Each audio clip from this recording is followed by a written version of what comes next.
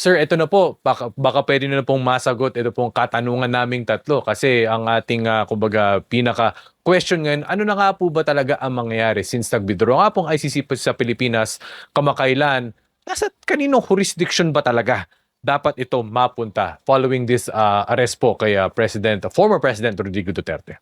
Una, counting qualification doon sa pinag-uusapan nyo kanina, no?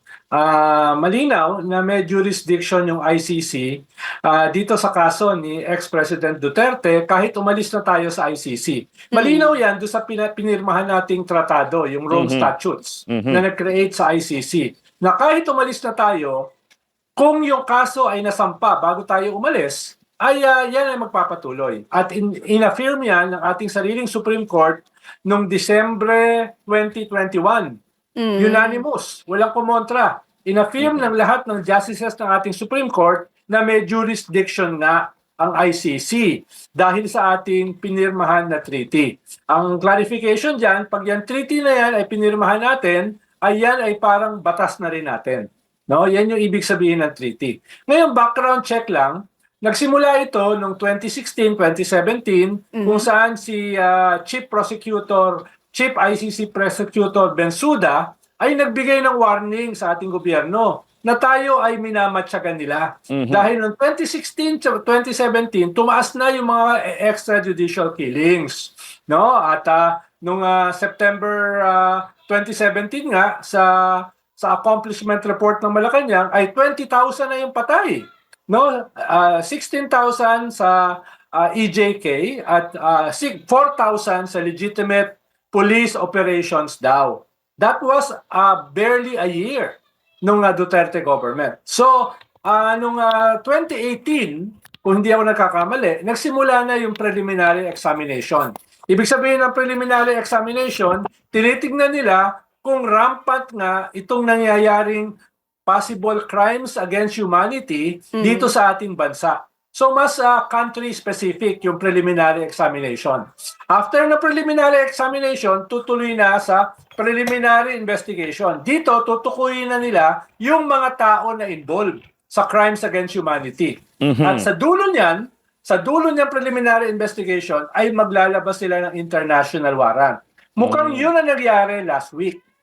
May international warrant na dinesisyonan ang ICC, pinadala sa Interpol, at yung Interpol yung maglalabas ng tinatawag na red notice officially. Pero hindi naman yan ilalantad eh. Dahil pag nilantad yan, edi mawawarningan mo yung huhulihin.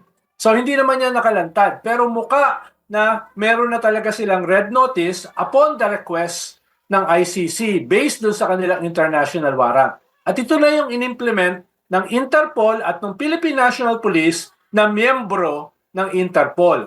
Totoo naman yung pinag-usapan kanina na nagbabago yung posisyon ng gobyerno. Noong early 2023, ang sabi ng Justice Secretary, kung darating ang ICC ay e-escorta niya palabas, hindi papapasukin. Pero noong late 2023, medyo lumambot yung posisyon ng ating gobyerno. Sabi ni Justice Secretary Remulla, ay pwede na silang pumasok as tourists.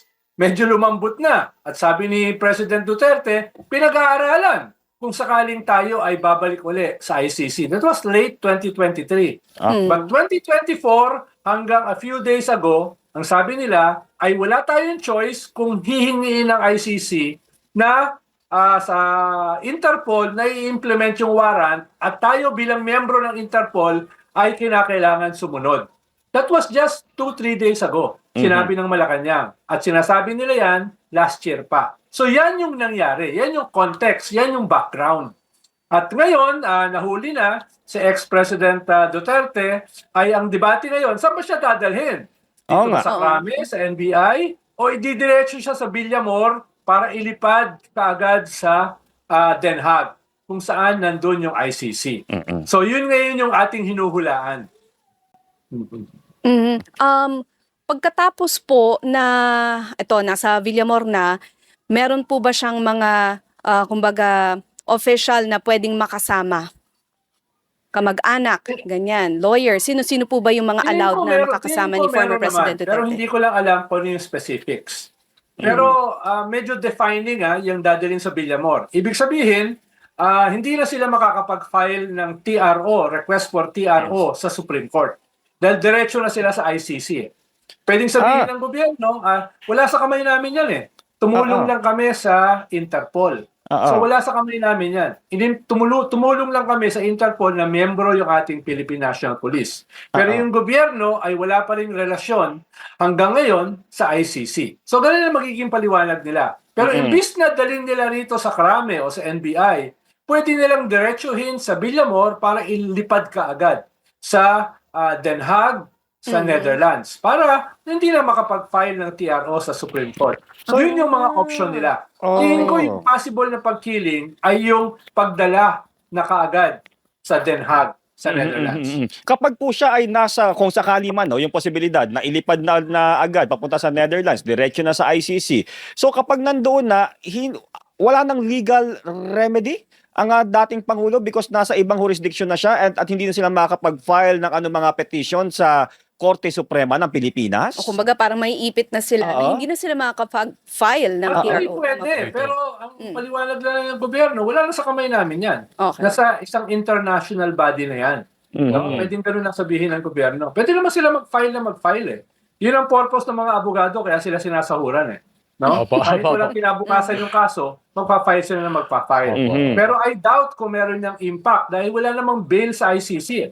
Pag hawak ka na ng ICC, simula na yung trial. Pagkatapos ng trial, pag ikaw ay na-convict, pwede kang mag-appeal. Merong appeals court ang ICC. Pwede kang mag-appeal. At kung i-reject yung iyong appeal, final na yon. Ikukulong ka na. Either sa Den Haag o sa ibang European countries na miyembro ng ICC. Opo.